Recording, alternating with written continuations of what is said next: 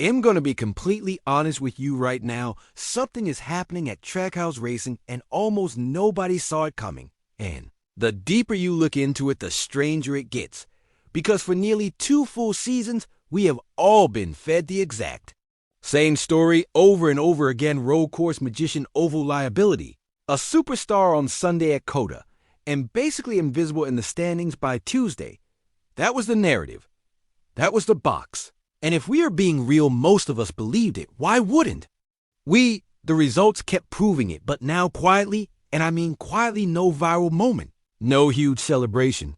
No flashy burnout. No big headlines. That box just got completely shattered. If you have checked the standings lately, it almost looks like someone made a mistake because suddenly there are 2 completely different versions of this driver showing up every single weekend, and the version we are now seeing on ovals, yeah, that one should seriously scare the entire NASCAR garages. Yeah, we need to talk about this. And if you are a real NASCAR fan who wants raw, honest breakdowns instead of recycled headlines, make sure you subscribe to Boomdogo, because this is the kind of story nobody else is really explaining properly.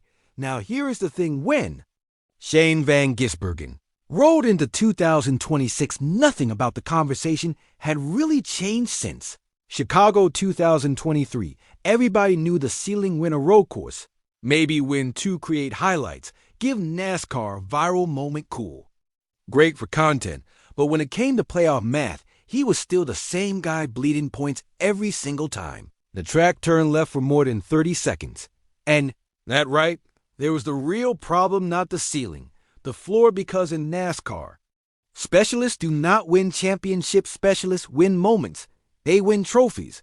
But championships, that is a completely different game. A driver, finishing 25th, 30th, 34th on ovals, can dominate every road course on the schedule and still get eliminated early because the math simply does not work. And if you have watched this sport long enough, you already know this truth. Championship is not won on your best days. It is survived on your worst ones, and last year, his worst days were killing him, but this year, something is different.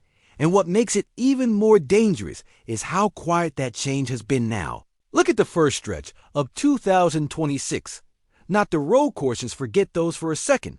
We already know what happens there. Look at the boring weekends, the ones that used to bury him. Atlanta 6th place, his best oval finish in the Cup Series.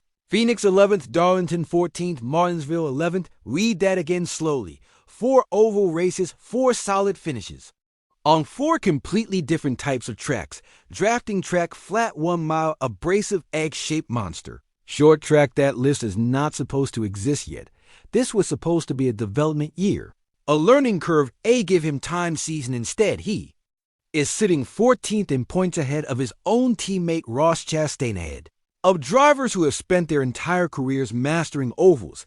And here's the part nobody is really talking about. He is doing all of this without a road course win yet. This season, let that sink in. The points he is banking right now are coming from the exact tracks that used to expose him. That is not a small improvement. That is a complete rewrite of who this driver is now. Let us go inside Atlanta, because the final result does not tell the real story. Echo Park Speedway, new car, new feel. And early on, he admitted he could barely control it. Starts 28th right. From the beginning, the car is sliding everywhere, like it is on ice. Then chaos hits in of stage 2. Kyle Larson dives low into the lane. SVG is running. Larson spins, hits the wall, and SVG goes sliding helplessly through the front stretch grass.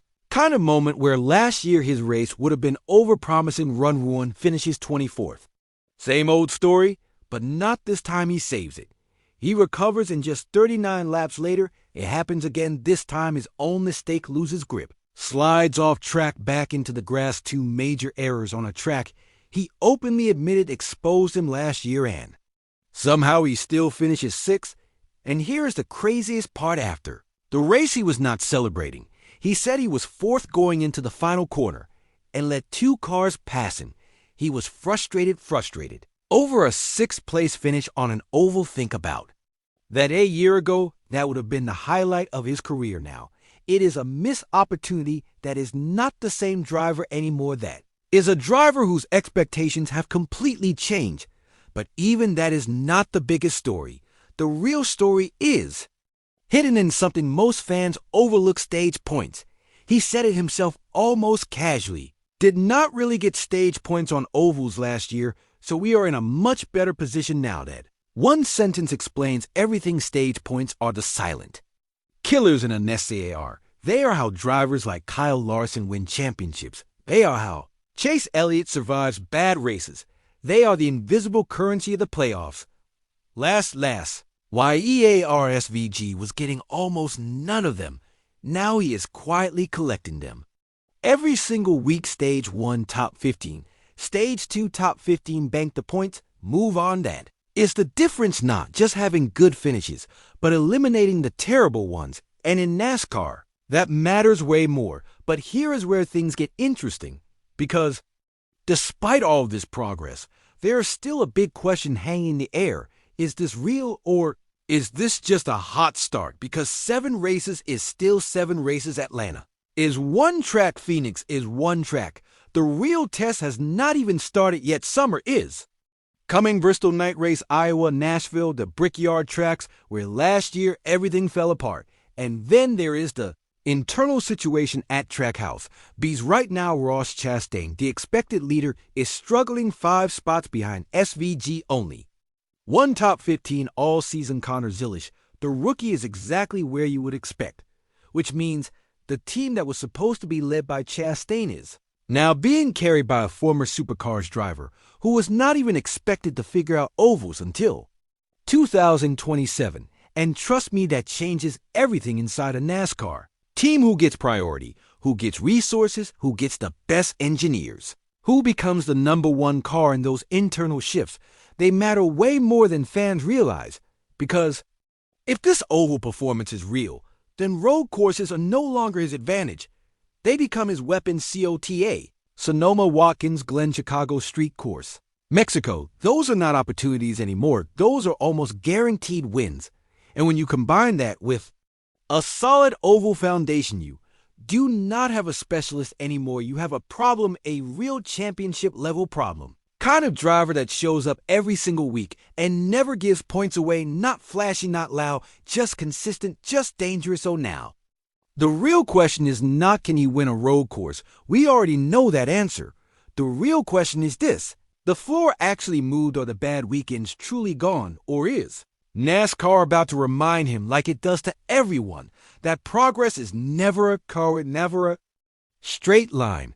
Because if this floor holds, everything changes. Playoff chances become real. Championship conversations begin, and suddenly, this is not just a cool story anymore. This becomes a career-defining transformation from a road course specialist into a complete NASCAR threat. So now I want to hear from you. Do you think this improvement is real?